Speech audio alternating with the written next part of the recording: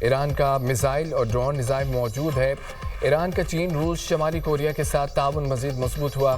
ہیگزت نے گرامینڈی کا بیان غیر ذمہ دارانہ قرار دیا اور اس دعوے کو مسترد کیا جو صدر ٹرمپ کسی دلدل میں پھنسے ہوئے ہیں۔ امریکی وزیر جنگ نے کہا ہے کہ اس طرح کے بیانات امریکہ کے دشمنوں کے لیے پروپیگنڈے کا سامان فراہم کرتے ہیں۔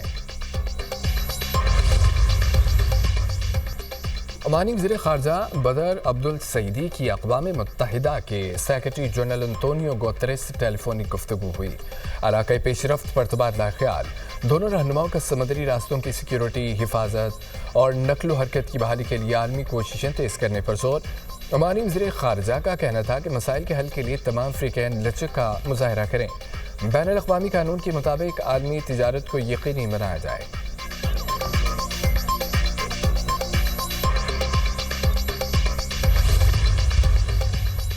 عالمی منڈی میں خام تیل کی قیمتیں 2022 کے بعد بلند ترین سطح پر پہنچ گئی ہیں۔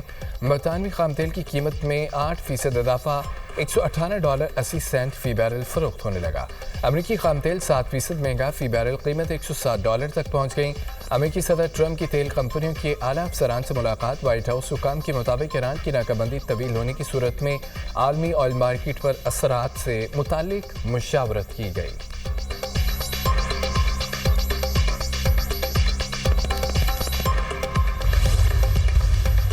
بے پناہ کاوشیں کی گئیں پاکستان کی طرف سے، جس میں فیلڈ مارشل سید عاصم منیر اور اسحاق ڈار صاحب، انہوں نے بہت کوشش کی۔ 11 اپریل کی رات جو بات چیت کا جو سلسلہ یہاں پر ہوا وہ 21 گھنٹے چلا۔ فارن منسٹر ایران کے وہ تشریف لائے اپنی ٹیم کے ذریعے، ان کے ساتھ پھر میراتھن سیشنز ہوئے، لیکن اس دوران خام تیل کی قیمتیں دوبارہ آسمان سے باتیں کر رہی ہیں۔ جمعہ ہے، اس دن پھر ہم نے نئی قیمتوں کا تعین کرنا ہے، تو یہ ایک چیلنجنگ صورتحال ہے۔ امن کے لیے کوششیں جاری رہیں گی۔ پاکستان کی کوششوں سے سیز فائر میں توسیع ہوئی۔ وزیر اعظم شہباز شریف کی کابینہ اجلاس میں گفتگو، کہا کہ ہماری کوششوں کے مثبت نتائج سامنے آ رہے ہیں۔ فریقین میں ثالثی کی کوشش کی گئی۔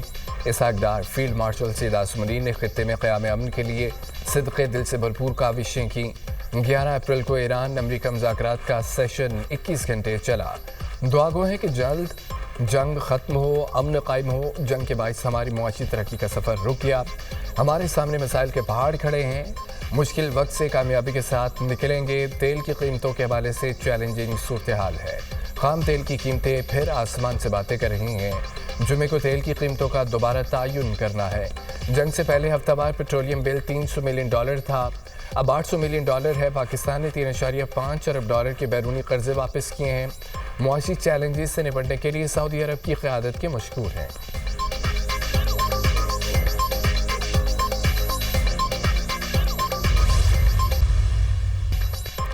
ایران کا زیادہ تر افزودہ یورینیم اب بھی اصفہان میں ہے۔ سربراہ IAEA کا دعویٰ۔ رافیل گروسی کا کہنا ہے کہ افزودہ یورینیم ممکنہ طور پر زیر زمین سرنگوں میں محفوظ ہے۔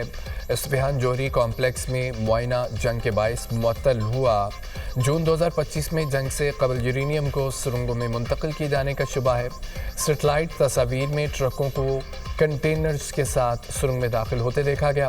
جنگ بندی معاہدہ تب ہی ہو سکتا ہے جب ایران سیاسی طور پر تباہ ہو۔ ایران کو مذاکرات کی اہمیت پر قائل کرنا نہایت ضروری ہے۔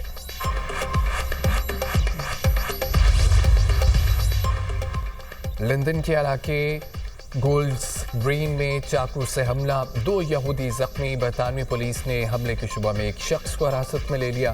پولیس نے چاقو حملے کو دہشت گردی کا واقعہ قرار دے دیا۔ برطانوی وزیر اعظم کیئر سٹارمر کی حملے کی مذمت، کہا کہ لندن میں چاقو سے حملہ تشویشناک ہے۔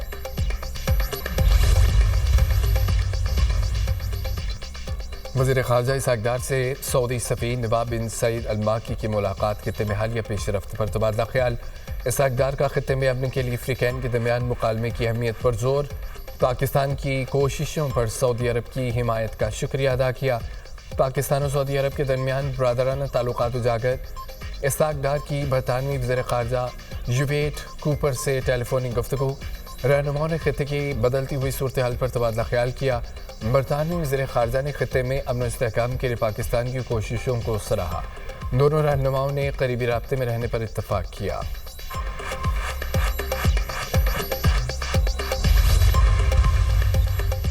ممنوعہ فنڈنگ کیس چلان جمع، بانی پی ٹی آئی مرکزی ملزم قرار۔ بانی پی ٹی آئی کے خلاف ممنوعہ فنڈنگ کیس میں اہم پیش رفت، بانی پی ٹی آئی و دیگر کے خلاف چلان جمع کرا دیا گیا۔ بانی پی ٹی آئی کے خلاف foreign funding case banking court میں آج سماعت کے لیے مقرر۔ 190 ملین پاؤنڈ کیس بانی پی ٹی آئی اور بشرا بی بی کی سزا کے خلاف اپیل پر سماعت آج ہوگی۔